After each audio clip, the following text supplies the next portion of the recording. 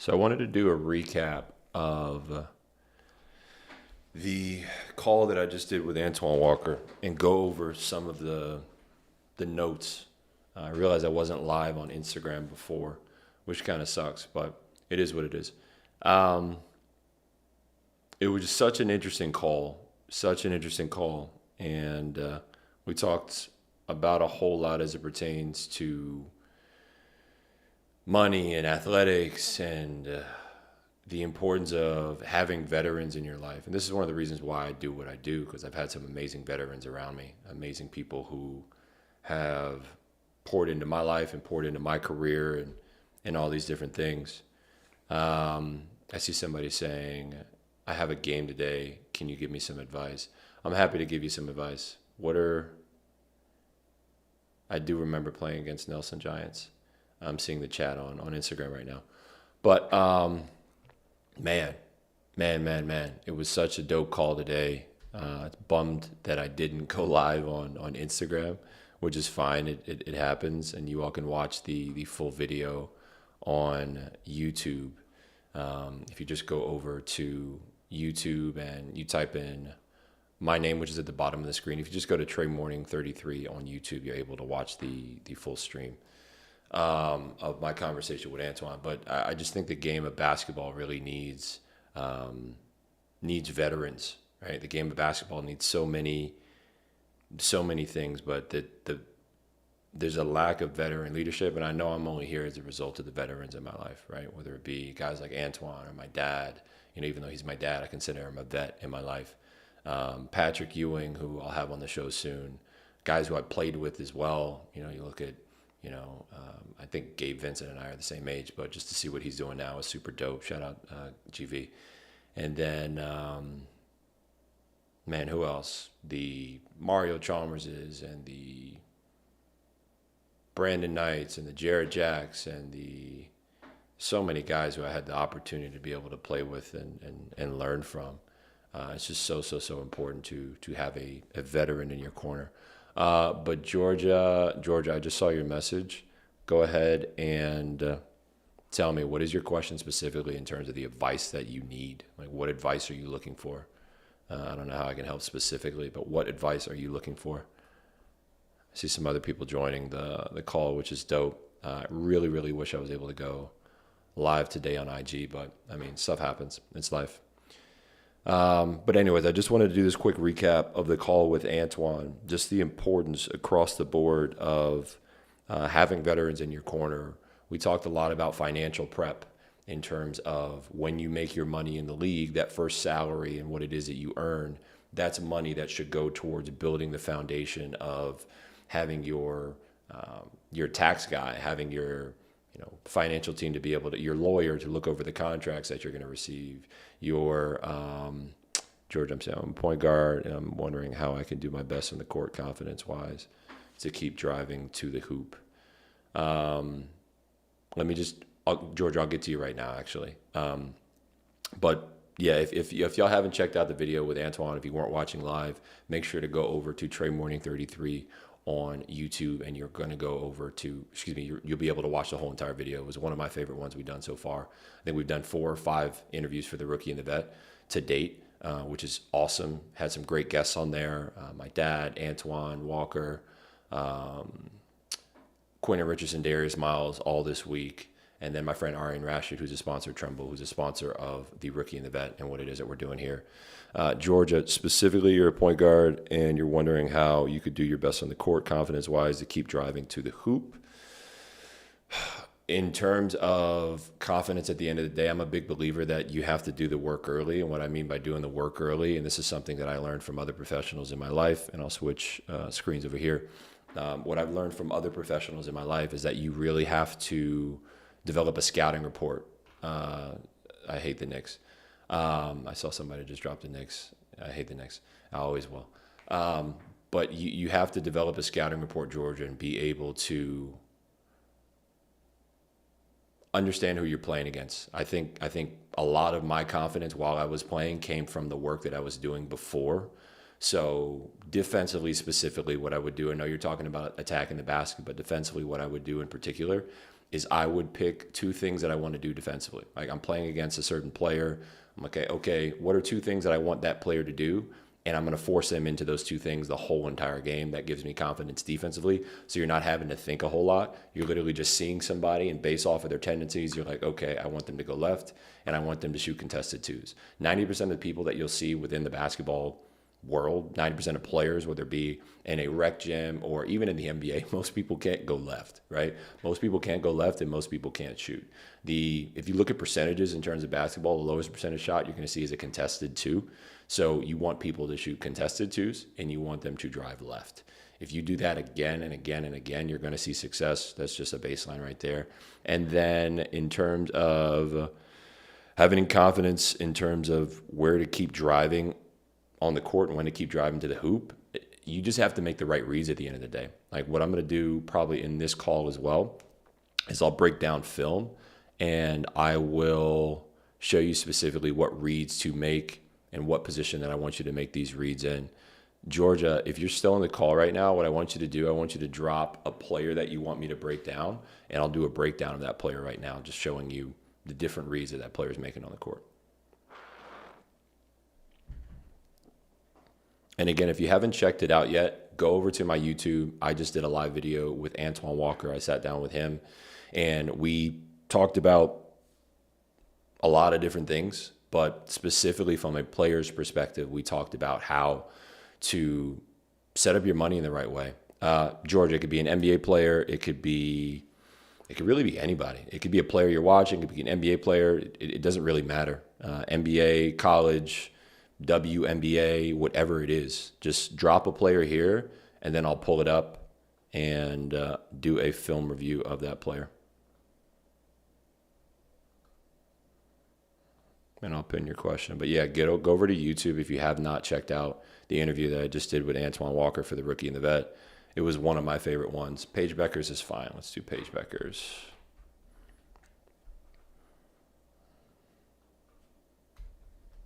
Are you the starting point guard on your team, Georgia? I can see the chat.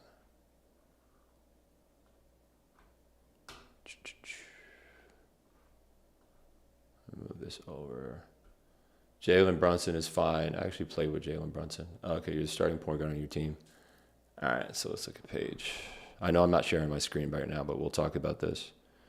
How old are you, Paige? Or not Paige, I'm sorry. How old are you, Georgia? What year are you in high school?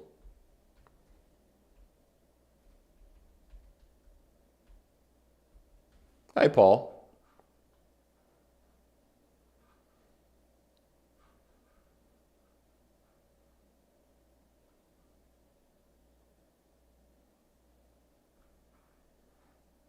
Georgia, what year are you in school? Not that one. Let's go to the film breakdowns. Break down this film. Year 10 in New Zealand, Kia ora. So 14 turning 15. All right, dope. I miss New Zealand. I miss New Zealand a whole lot.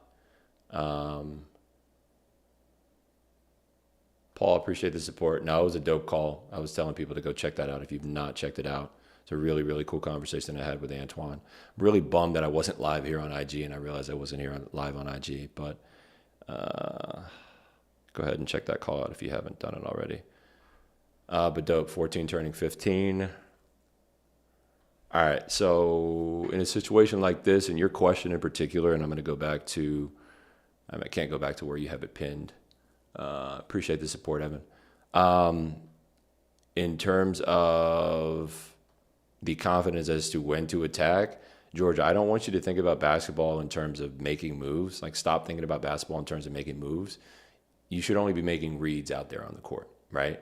Moves essentially are tools, right? And I like to think about it this way. You're supposed to have a bunch of tools in your bag, whether it be across, whether it be behind, between, in and out, pound, all these different things, hesitation, your pull-up jumper, finishing right, finishing left. Those are tools in your toolkit, right? Point blank period. Those are tools in your toolkit.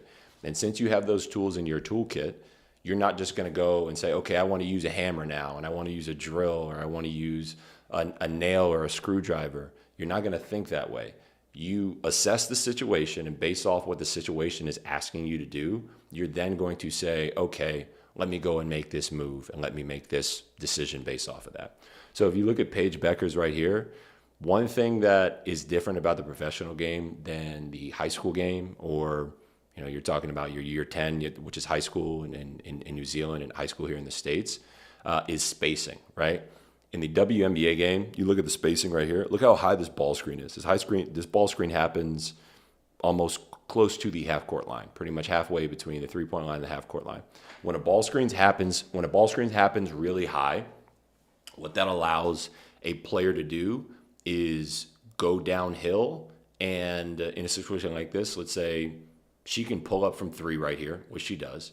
This is a drop coverage. I haven't put a video up on this yet, but there are only 5. What I want you to do is write this down. There's only 5 different coverages that you'll ever see in professional basketball. Only 5 different coverages. Not just professional basketball, but you'll see it in professional basketball. You'll see it in high school. You'll see it at the college level. There's only 5 different coverages that you'll ever see, right? You have a drop. You have a hedge. A hedge is also called a show. I remember when I was with the Giants, it was called a show. We have, shout out Fitch, by the way. Fitch is one of the best coaches. Fitch is my favorite coach of all time. And shout out Michael Fitchett. You have a drop, you have a show or hedge, you have a blitz, you have a switch, and then you have an ice. And ice only takes place on the side of the court. But the 4 that we talked about, you'll see those pretty much anywhere on the court. This is a drop, right? What a drop is the big is going to be corralling the guard who's coming off this screen and stabbing to deter them from making a decision and have them be in between minds, so that this guard has time to come back in front and get back into playing. Shout out Michael Fitch. I love Fitch. If you're watching this, I really appreciate you. You're the best coach I've had in my career to date. But yeah, in a situation like this, the big, who is I think this is not Camry, it might be, but the big is going to be stabbing at Paige to be able to prevent her from making a decision and allow the guard to get back in front and get a stop. She's so far off because the screen happened so high. So if you have the ability to shoot the ball, I want you getting a ball screen up top, and I want you coming down this way and pulling up from deep. The big is not used to playing a drop coverage all the way out here. They're used to playing in here. I want you to think about it this way. If the ball screen were to happen on the 3-point line as a guard coming off, you don't have as many opportunities as you had before to score. So if we think about you're coming downhill, you come off the ball screen right around here. You can't pull up from 3. You have to pull up for a long 2. Remember what we talked about before defensively. As a defender, I want you to shoot a long 2 because it's the lowest percentage shot in basketball, right? I want you to shoot a long 2 right here. But the screen happens high, and Paige is able to come off and knock down a 3. We're only 4 seconds into the game. I'm able to read all this. I'm not tooting my own horn, but what I am saying is that there are certain things that are not taught well in basketball. I think this is one of those things. So in terms of you coming off this screen, Georgia, if you're making a certain read, let's go live and talk basketball. Bobby, I love you. I want you to get the screen high. I want you to first know the coverage that they're in, right? Do you know what coverage that the team is in, Georgia, that you're playing against? I can tell you all the reads to make based off of the coverage. Do you know the coverage?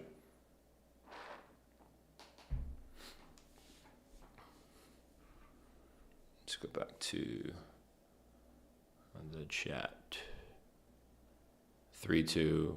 That's not a coverage, Bobby. Oh, it's so small. Georgia, do you know the coverage specifically that they're in? You don't know the coverage. All right, cool. Not a problem.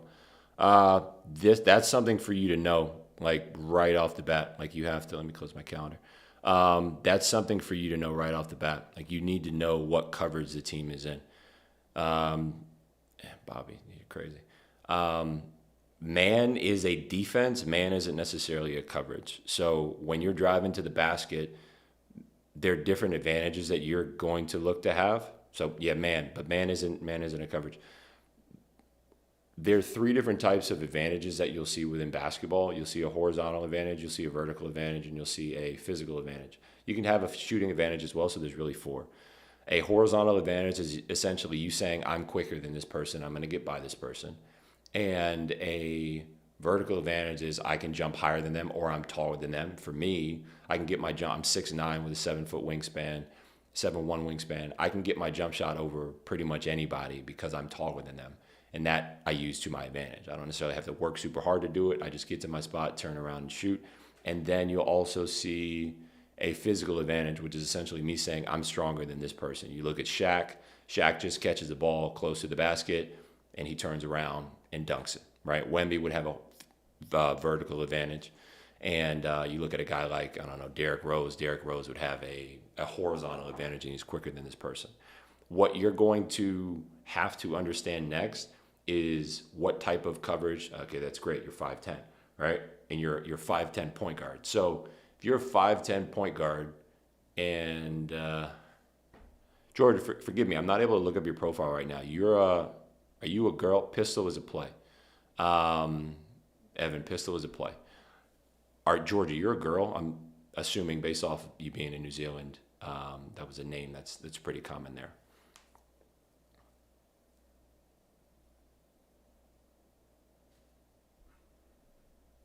So if you're 5'10", you have a vertical advantage.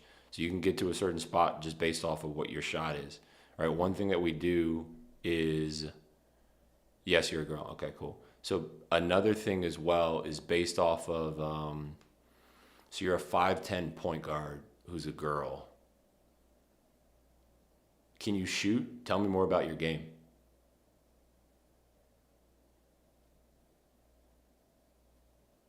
Like, tell me more about your game. Are you somebody who's getting in the basket? Like, what's your go-to shot? Like, at the end of the day, if I said you had to hit a certain shot in order to win a game, what shot would you get to?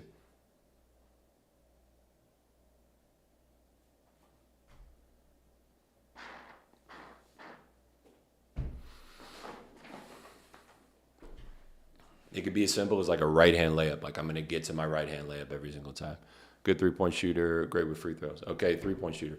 So what I want you to do is, first you're going to have to know the coverage, right? A switch is literally just switching people, right? A three, a mid-range pull-up. Okay, that's great. I want you, if you're a point guard, I want you getting into the right spacing. So you see how Paige, she starts off the play where, excuse me, I'm so bummed that wasn't live early with Antoine here on Instagram. That sucks. You see how high this ball screen is? We talked about this before. If they're in a drop coverage, you'll see the big down here. The big here, who's on your team, just has to set a good screen, and you're going to come down here and just shoot a pull-up three. But that only happens when you get a high ball screen, right? In the post right here, look at the spacing. Okay, yeah, now you understand the coverage, right? So what coverage are you seeing? Are you seeing a drop coverage? Okay, they do switches. All right, so this is where the mismatches come in, right? So if they do switches, the advantage that we talked about, right? You have a vertical advantage over people, so it shouldn't be difficult for you to get your shot off. And then the fourth advantage we talked about is you have the ability to shoot, right? So let's say you knock down 2 threes in a row. They're going to start switching high. There's two different types of switches. You can have a soft switch and then a hard switch. A hard switch is when you're jumping up to deter the player from even coming off the screen. What that's going to look like, it's kind of looks like a show, but they just end up switching at the end of the day instead of just stabbing to get you to go around instead of getting you to go downhill. So what I would do if I were you, I would. Do you run a lot of pick and rolls? Do you have the freedom within your offense to be able to call pick and rolls up and say like, okay, I want a screen here? Or are there set plays that you have to run again and again? That's the thing about overseas basketball. There's a lot of like set plays that you'll see and different things that happen there. Is it a set play or is it a can you call in a ball screen and say like, I want you to set the screen here? Is it like a motion offense that you run? Okay, you're big, just 6'1", 6'2". I didn't ask that, but you have a big team. It's a pretty big team. Are you So yes, you do have the opportunity to be able to come up and get those ball screens. So what I would do is you need to make sure as a point guard that your team is properly spaced, right? You can play pick and rolls. You need to make sure your team is properly spaced before you start an action. So one thing right here, and this is something I actually learned. I learned this from other people, but I remember Michael Beasley. Shout out Bees.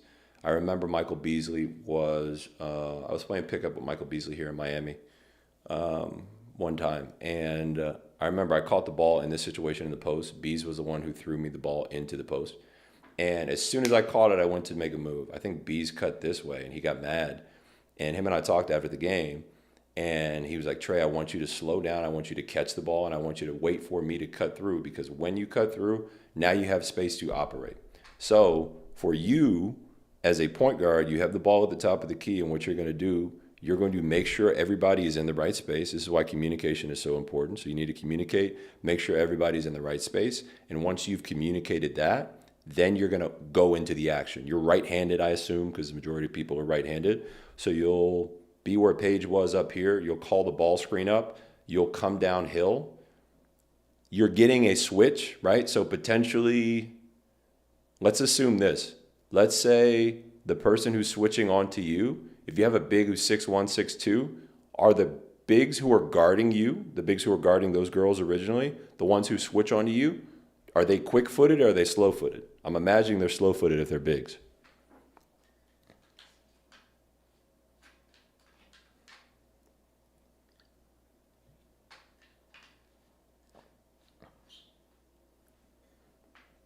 Are they quick-footed or slow-footed, Georgia?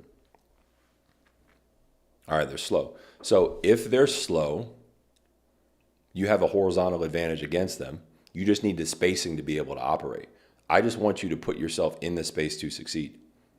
You need to set the ball screens high and make sure your teammates are in the right places so that you're able to operate.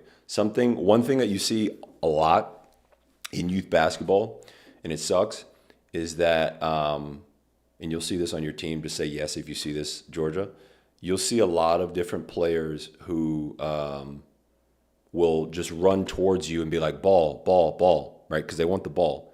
If you look at the pros, everybody is in their space. I mean, women's basketball is no, not that it's differently spaced. The court is shorter, right? The three-point line is shorter here compared to men's basketball. But the point that I was saying before, look how much space Paige has to be able to play one-on-one over Kelsey Plum, who she has a vertical advantage over, and she's able to shoot, right? Sorry, my comments aren't loading very fast. That's fine.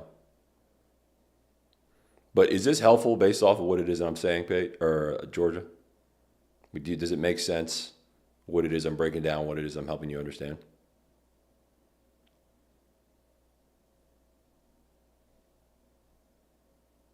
Yeah.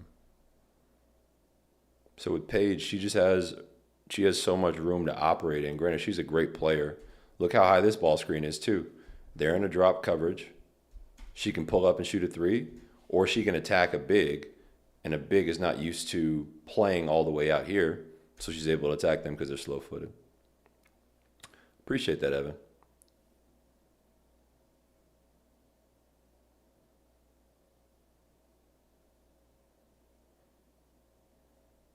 Yeah, George, it's really simple at the end of the day. Like there's a reason why great players, yes, they have the skills, but there's so many people who play pickup basketball who have skills.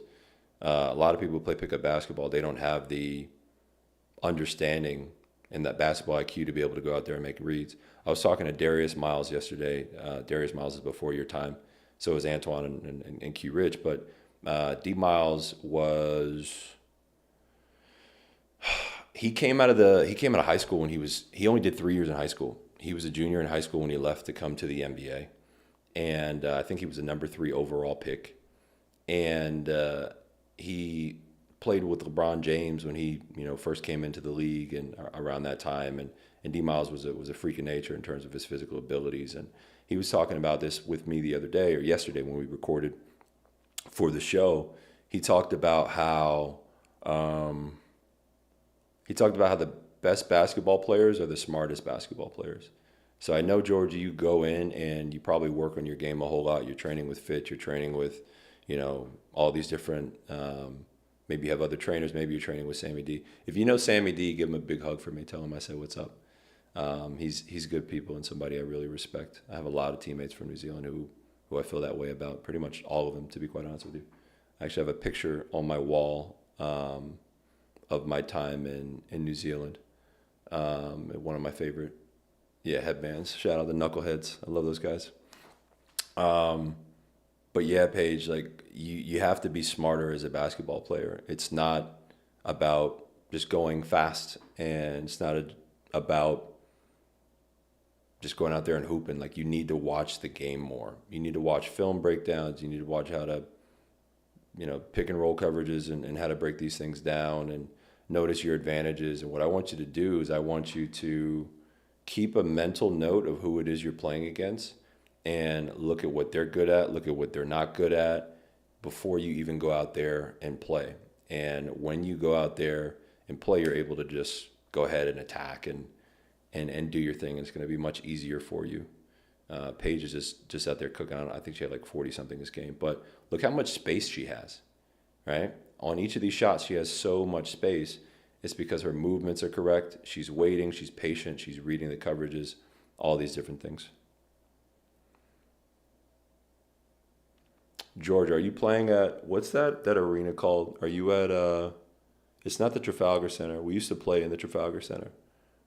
But what's the practice facility where the Giants practice? I forgot the name of that facility. I don't know if you're still on, but what's the name of that facility? Do you remember?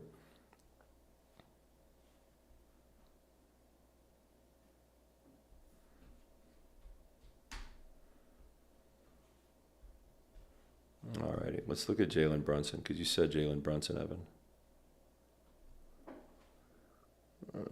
Brunson. I hate the Knicks so much, bro. I hate the Knicks so much. Yeah, Saxons.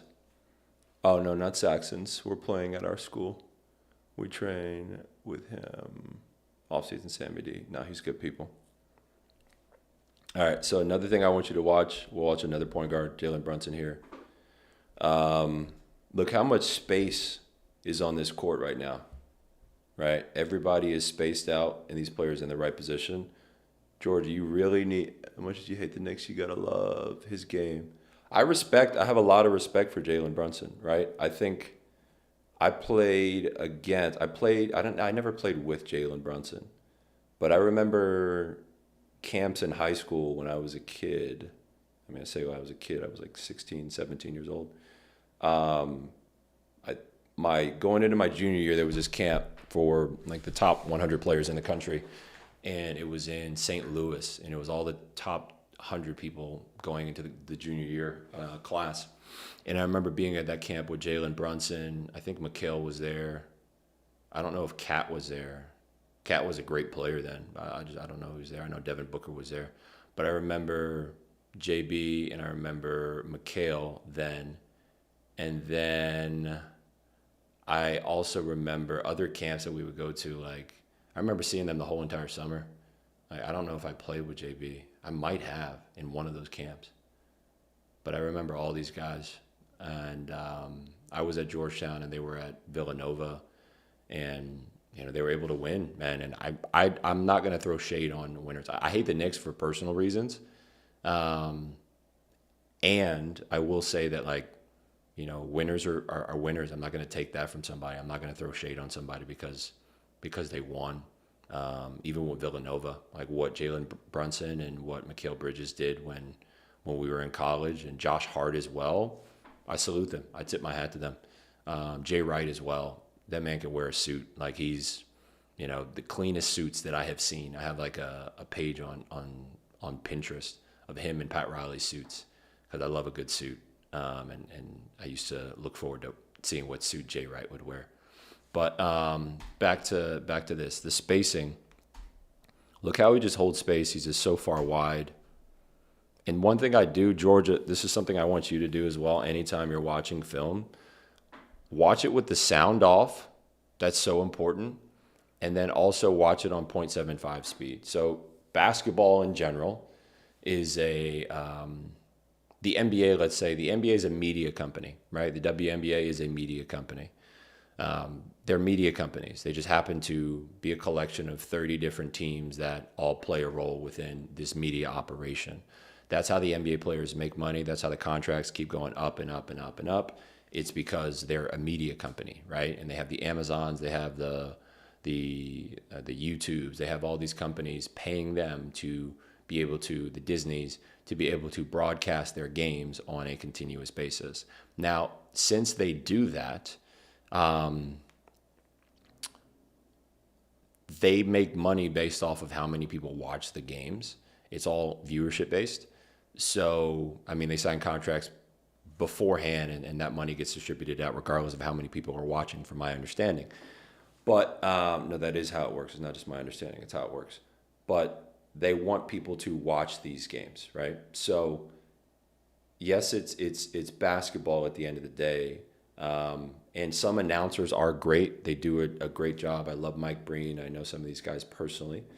They do a great job, and they also have to keep people entertained, right? They have to be entertaining, and they have to, make a great telecast in order to keep people locked in and keep them entertained. So it's a media company. So sometimes if you're watching a standard game on NBA League Pass or something like that, you'll hear some announcers or hear some broadcasters say some things that don't necessarily need to be said just to get you. I mean, I think Bang is, I hate the Heat for personal reasons. Makes sense. I don't understand business, NBA, read the CBA. Yeah, Mike, you said another thing, CBA. I think that's super important. And Mike, I don't know if you got a chance to check out the interview that I did with Antoine today. I'm so bummed because I wish I was able to see the chat while I was on with Antoine, because we talked about so many good things. But those interviews are live now on my YouTube channel, Trey Mourning 33. If you go over there, you're able to see it. I'm also live streaming there. I'm streaming this there. But anyways, like the catchphrases and all these different things that you hear, some of it is to keep people locked in and keep them entertained. And as a basketball player, something that I want you to always see, Georgia, is I want you to stop watching games and stop saying, wow, how did they do that, right? I want you to stop being so amazed, okay?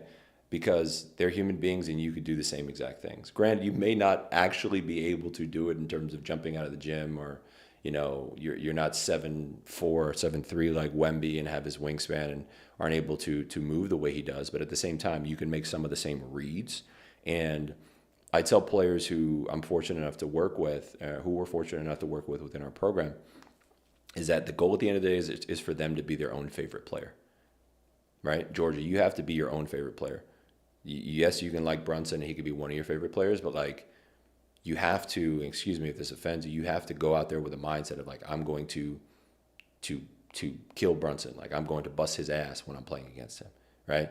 So you have to focus on yourself so much and understand your preferences and tendencies and your shots and how to work on your game so that you're able to continue to improve and go out there and execute, because you're not going to get better you're not going to get better when Jalen Brunson gets in the gym and when he performs well, right? When he grows and develops and watch film, you get better based off of what it is that you do and the inputs that you put into your own game, right? So that's something that's super, super, super important for you to understand as a young player.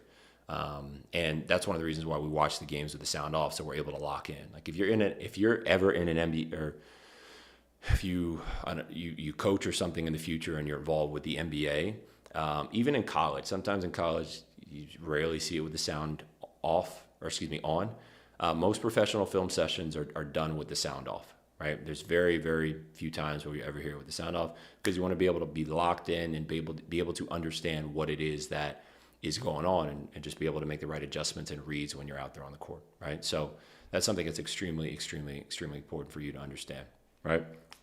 It's a practice shot for Jalen Brunson. I'm just going to let it run. Another thing I was saying before is 0.75 speed is really, really, really important, right? Jalen Brunson is able to operate and able to get to his spot because he has all this space. He's able to move. He's able to make reads and all these different things because his teammates are leaving him alone, right? They leave him the room to be able to operate, to be able to boogie, to be able to get his shot off and all these different things. So that's something I want you thinking about as well. Super important.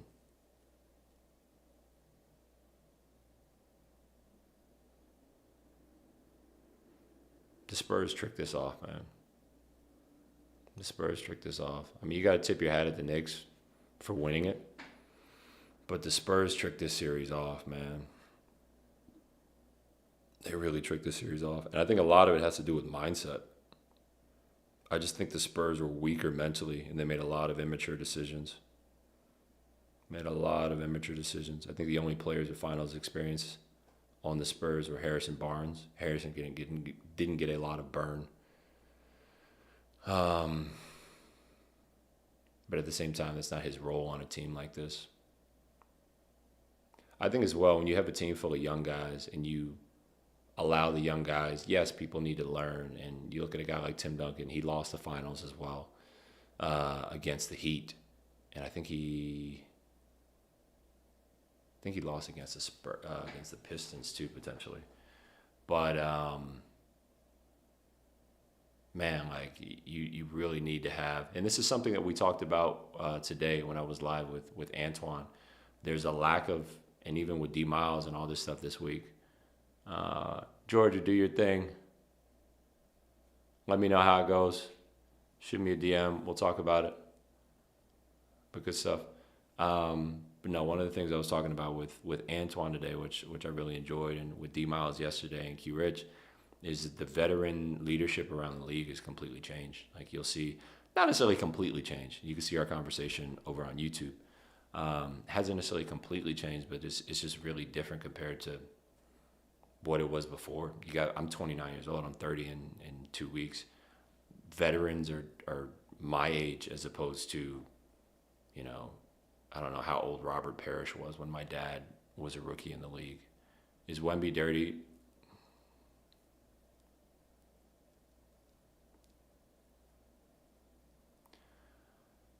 I don't think Wemby's dirty. I think Wemby is, and I don't mean this in a negative way at all. I think Wemby's an asshole.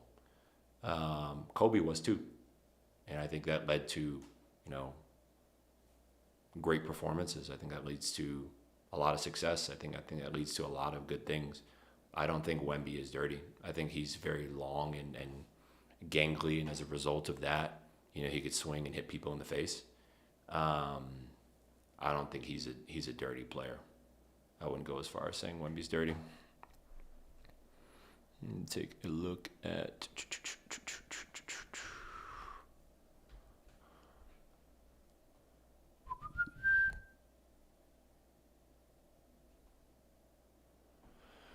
Yep.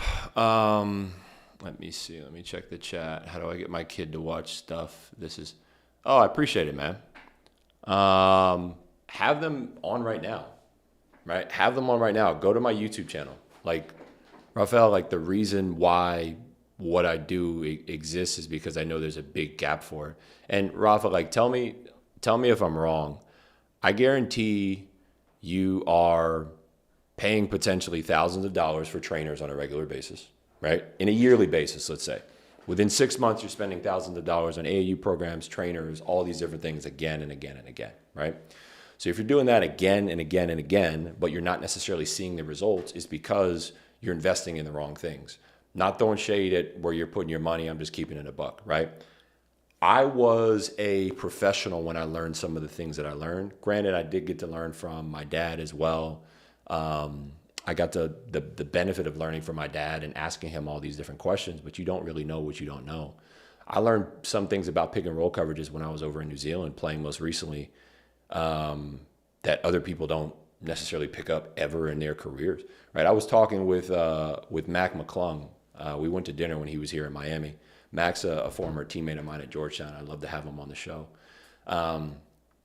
We were talking when he was here in Miami, and we were talking about pick and roll coverages and how, there's only 5 pick and roll coverages. I don't know if you were on the call before or on this live before when I was talking about this earlier, Rafael, but there's only 5 pick and roll coverages, but most trainers aren't teaching these coverages. Mac learned this stuff when he got to school, when he got to college, right? Because he's finally coming off of pick and rolls. But, in high school, if you're a player of his caliber, even a player of my caliber, like I didn't get as much attention as Mac, but I was still first team All-State here in Florida. I was one of the best players in the country, got invited to the best camps around the country.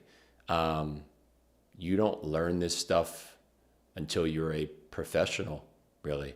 And I think even some coaching staffs don't even teach this stuff. Like, there's a reason why you have players who go to certain teams and they're extremely talented, they're extremely gifted, and they don't necessarily end up panning out. It's because the mental aspect and the IQ isn't necessarily worked on.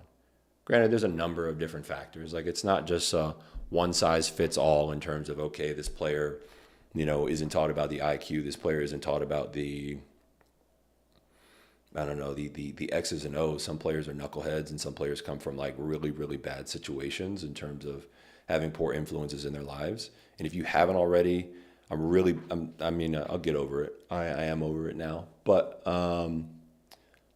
Evan, I'm seeing your comment now too. Kobe was a different type of a-hole. I think he was, but like, you maybe feel that way because, Wemby plays for the Spurs and they just played against the Knicks and it affects the Knicks. Like, and I think a lot of people have respect for Kobe in a different way. These players are human beings at the end of the day. But like, share this with your kid, Rafa. Like, share this with your kid. Like, they need to be watching this stuff. And you see it as a parent. Within our program, we worked with over 50 families. We're about 2 years old. We worked with over 50 families during that time, achieved some amazing results with these families, players getting offers and all these different things. And it's beautiful to watch. And a lot of it comes from what we call a click, right? And a click, what it is essentially like, I'm sharing stuff with you right now, Rafa, and I'm sure you're having that click as well. You're like, oh, wow, like, I see things differently. I'm understanding the X's and O's and how to make these decisions, how to make these reads on the court and all these different things. So there's different things to learn for sure. There's different things to learn. What is it specifically? How old is your kid, Rafa?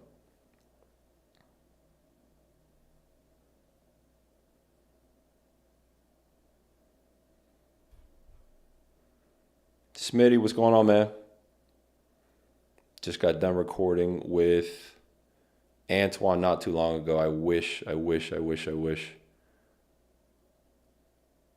You're welcome, Evan. Thank you, man. So 12, Rafa, if he's 12, he or she, I want to say it right.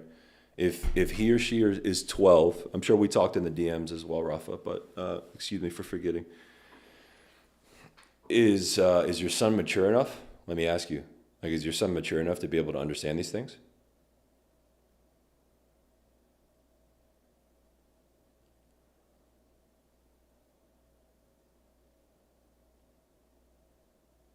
Carter. Okay, so Carter is, Carter's 12. What does he want to do with the game? Like, what's the goal at the end of the day for Carter? Let's talk about this. All right, you think he's mature enough to be able to understand these things, so put him in the room, right? We can have, like, shoot me a DM. We'll have a conversation, right? I'll actually have somebody from my team step in and have the conversation with you, and we'll figure out if it's the right fit to move forward together, and we'll hop on a call, have a conversation about what to do next, just to see if it's the right fit. The program's not for everybody, just to be quite honest with you.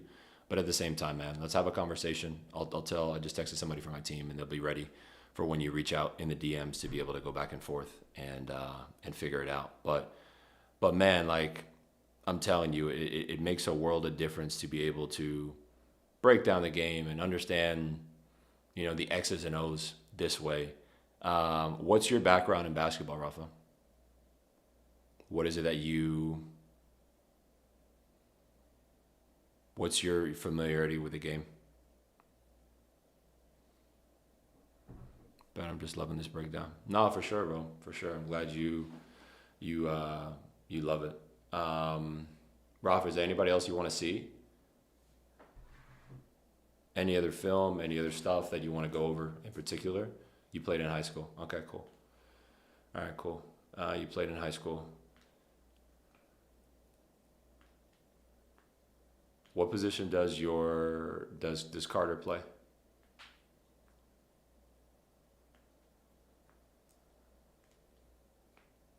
I think another thing as well, Rafa, and I want to share this with you, and this is for any other parent who's watching this as well. You have to have the humility to be able to admit that you don't know what you don't know, right? And if you're going to be honest with yourself and you say, like, okay, The goal at the end of the day, he's a guard, right? What's the goal at the end of the day? Let's talk about this. What's the goal at the end of the day for Carter, right? For you, for Carter, is it, NIL money, which is the conversation that we had we talked about today, actually, when I was with Antoine. I thought it was really, really, really dope.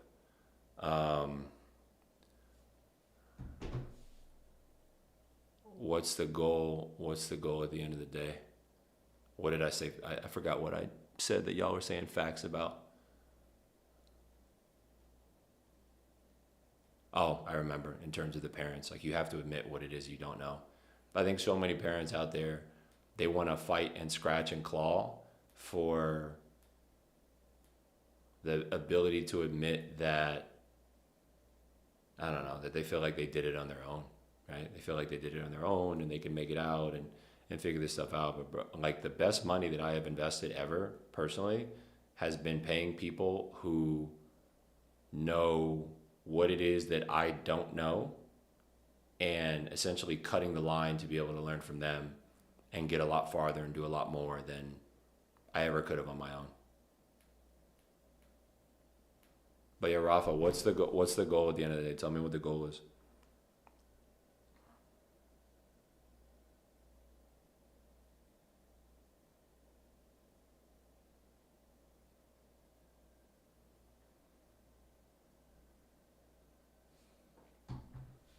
I don't know if you're still on.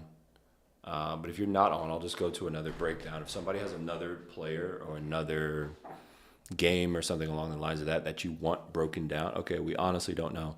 That's an issue, right? That's an issue, right? You're saying you don't know. Are you just doing this to, you know what, Rafa, let's do this. Let's see if we can do this. I'm on a different platform right now, so it's going to be kind of tough. But let's see if we can do this.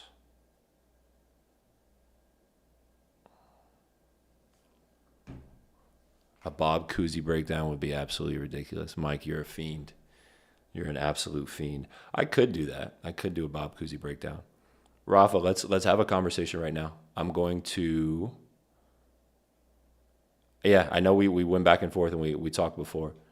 Let's... Rafa, would you want to come on live and have this conversation right now and figure it out? I think it'll help some people.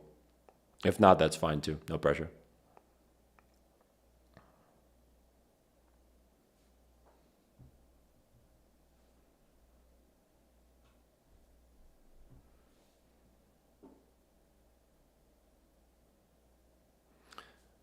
If you all haven't watched this, by the way, if you haven't watched the interview that I did with Antoine Walker earlier, go down below and go to my YouTube channel.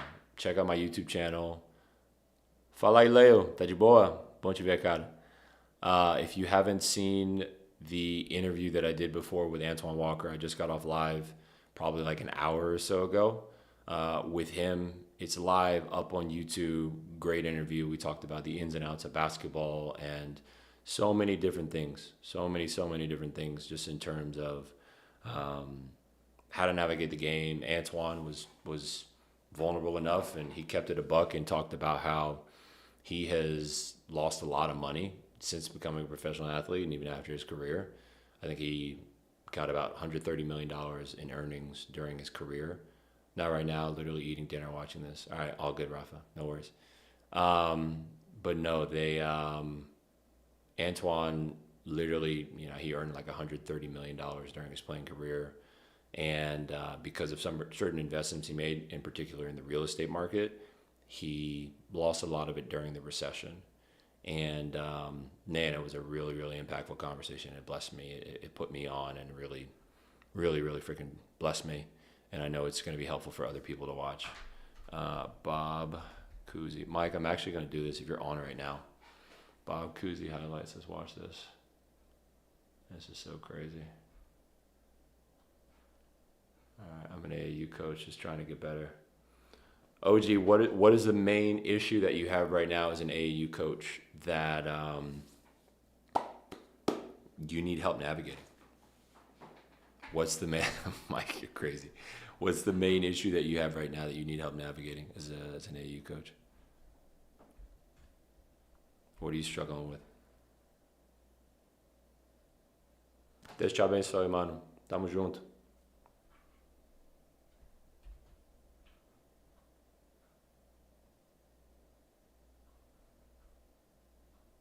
Cara, dá oi pra mim e pra todo mundo que tá aí na igreja. Saudade de vocês.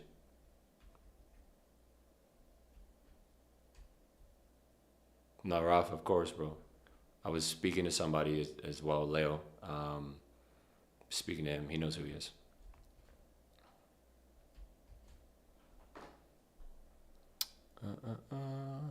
That's not the guest film breakdown. Let's do the regular film breakdown. Okay. Getting them to win games. What age group do you coach, OG? It's a Bob Cousy film breakdown. It's ridiculous.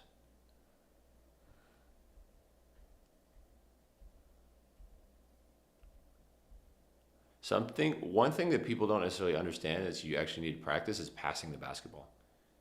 Like, you need to actually practice passing the basketball. One drill that you could do is, I have this ball right here. If you have that's a crazy underhand pass.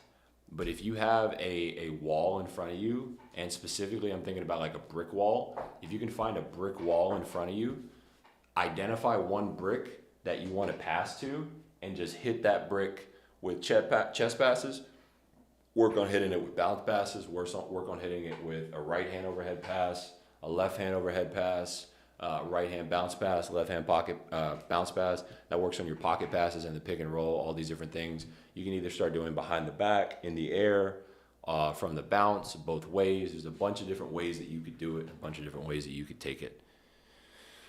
But that works on your passing there. I think the spacing was so much different then.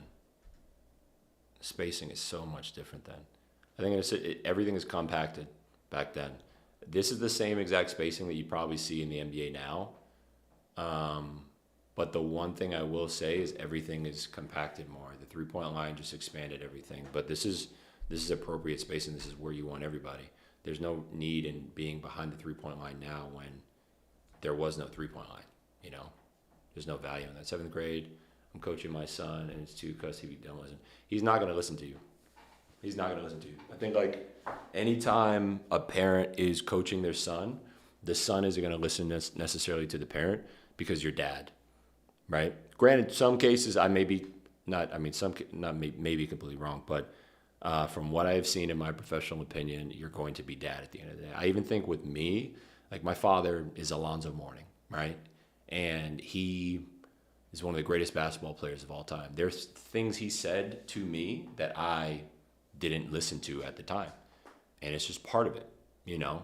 Doesn't mean he's right all the time or was right all the time with some of these things, but dude, it's natural.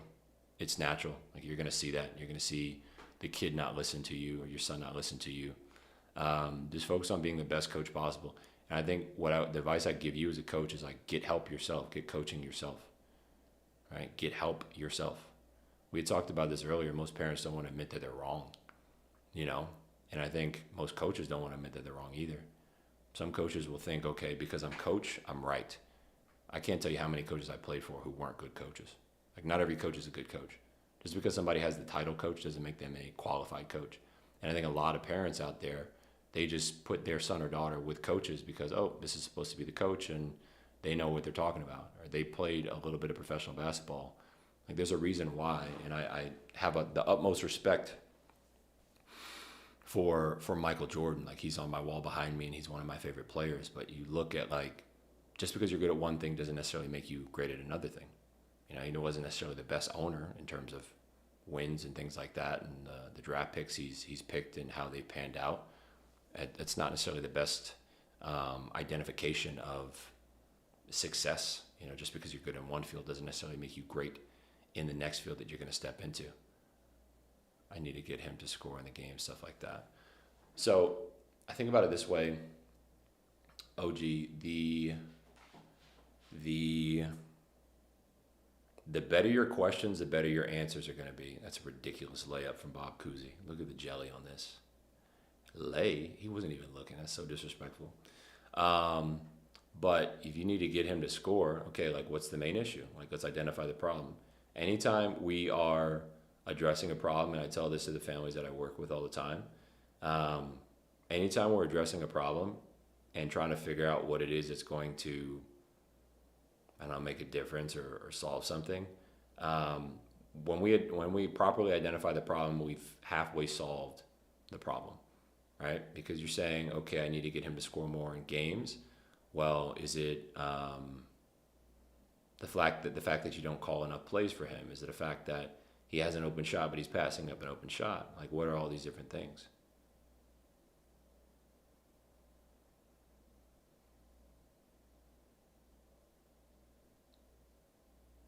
I would love to know what Bob Cousy's career stats were.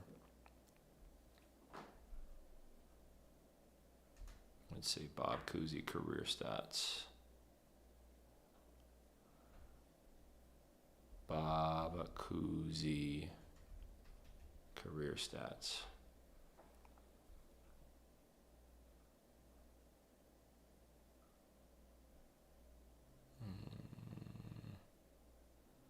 He averaged 20 and 9 in one season. Wow.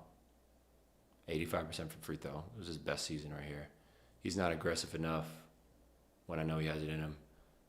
So we got to identify the problem, right? Is he aggressive because he's afraid, right? Is he aggressive because he's afraid, or does he not have the skill? Are you telling him to shoot the ball and he doesn't want to shoot the ball, right? That's something we're going to have to identify. He's not aggressive enough when I know he has it in him. You say you know he has it in him. Has he done it before? Has he been aggressive in certain games? Is he aggressive when he's angry? Is he aggressive when, he's pissed off? Or is he just aggressive when, I don't know? Because you say he has it in him, but like, what gives you the belief that what gives you the belief that he can do those things? I'm just checking out the chat.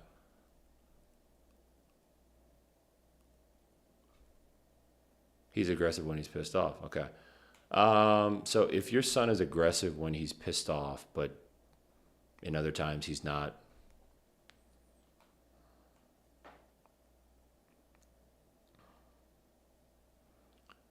we have something in our program called the Fear to Confidence Framework. And what the Fear to Confidence Framework is it's essentially being able to identify the fears that you have and diffuse them so that you're able to go out there and be confident on the court. One thing, without giving you the Fear to Confidence Framework, because it's a proprietary framework and I'm not going to share that, you just need to identify what the fear is, like what is preventing him from being aggressive. When he's pissed off, usually when you're pissed off, you feel like you can say things or do things that you weren't able to do before, right? You're pissed off and nobody can get in your way, and you're now just saying like, F it, I'm going to go after the thing that I want to go after. I'm going to say the thing that I want to say, all these different things, right? So that's where his mind is at when he's pissed off and he's playing, extremely hard and making all these decisions in the court. When he makes a bad play, he'll give up on himself. That's because there's a belief there that, I know for me, usually as an athlete, I put my value in my performance, right? And if you make a bad play, you can get down on yourself because you have this expectation, right? And it all has to do with expectations. He has an expectation that he's not supposed to make bad plays, right? And I want to define what a bad play is. Is it making a bad decision or a turnover, right? You look at a player like, I think, let's break this down. Let's say this, assist, turnover ratio to assists to turnover ratio leaders. Let's do this. Let's do top assists in the NBA.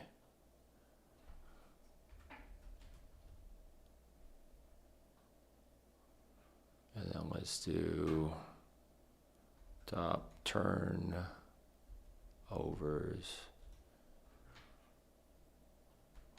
If he makes bad decisions, he plays point guard. He feels like he's too short to drive the hole, so he won't do it ever.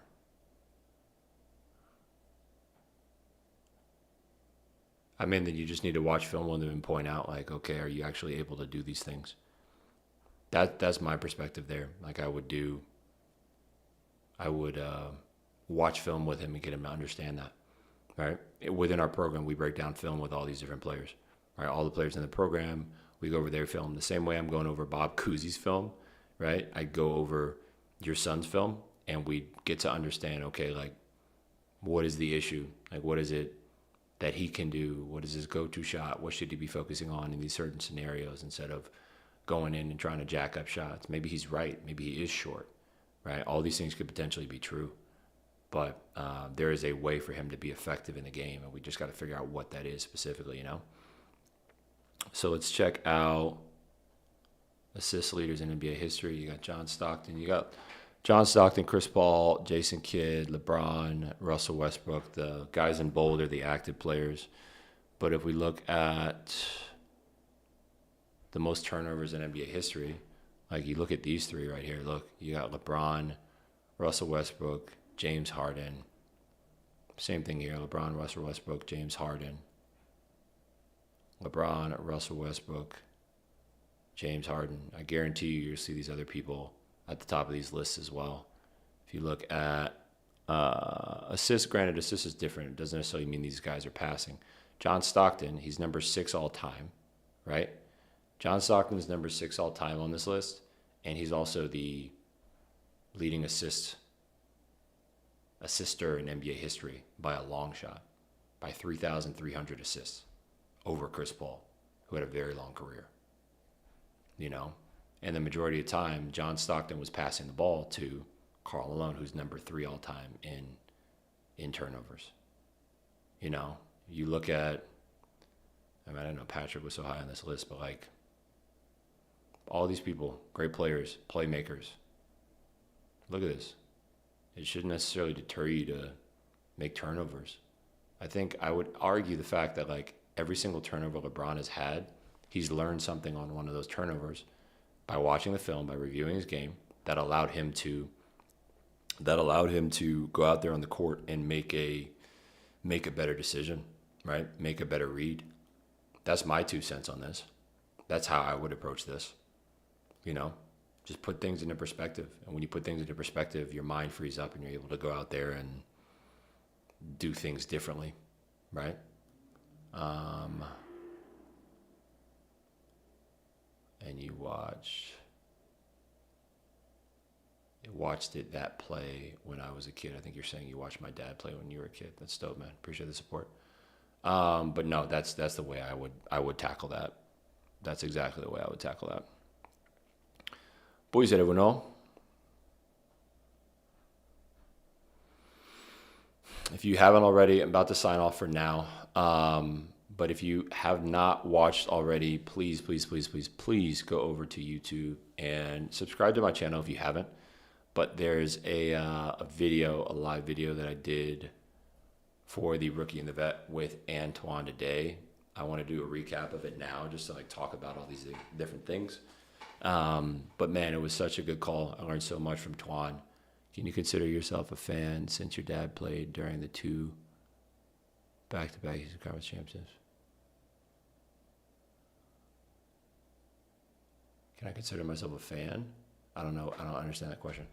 But yeah, OG, definitely definitely go over to the channel, watch these videos. I did both of these, all 3 of these this week, all 4 of these this week, really. I'm going to start streaming a whole lot more. A Nets fan. My dad wasn't on those back-to-back Eastern Conference championships with the Nets.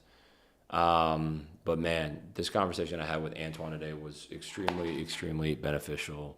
Go over and check that out. I'm kind of bummed that I wasn't live on IG when I did that because I thought I would be live on IG. I set everything up to go live on IG, but c'est la vie.